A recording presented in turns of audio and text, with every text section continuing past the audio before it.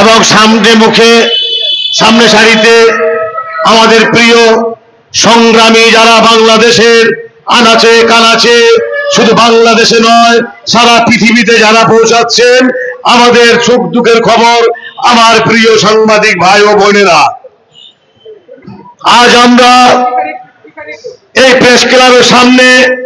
দাঁড়িয়েছি কেননা বাংলাদেশে যেই শুরু হয়েছে, এই বাংলাদেশের নারী, আমাদেরই মা বোন, কিছু মানুষ, কিছু খারাপ লোক যাদের জন্মের ঠিক নেই, সেই ছেলে মানুষ পোলাপানরা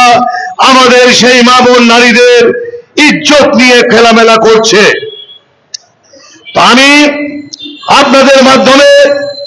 সরকারকে বলবো, অনুরোধের সাপেক্ষে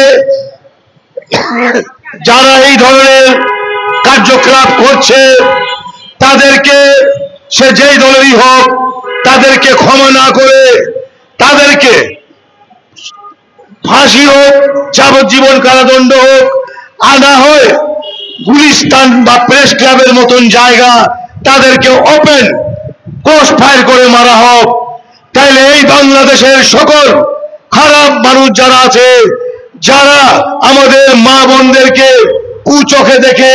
তাদেরকে আর দেখার কোনো মানুষের এই বাংলার মাটিতে সাহস থাকবে না।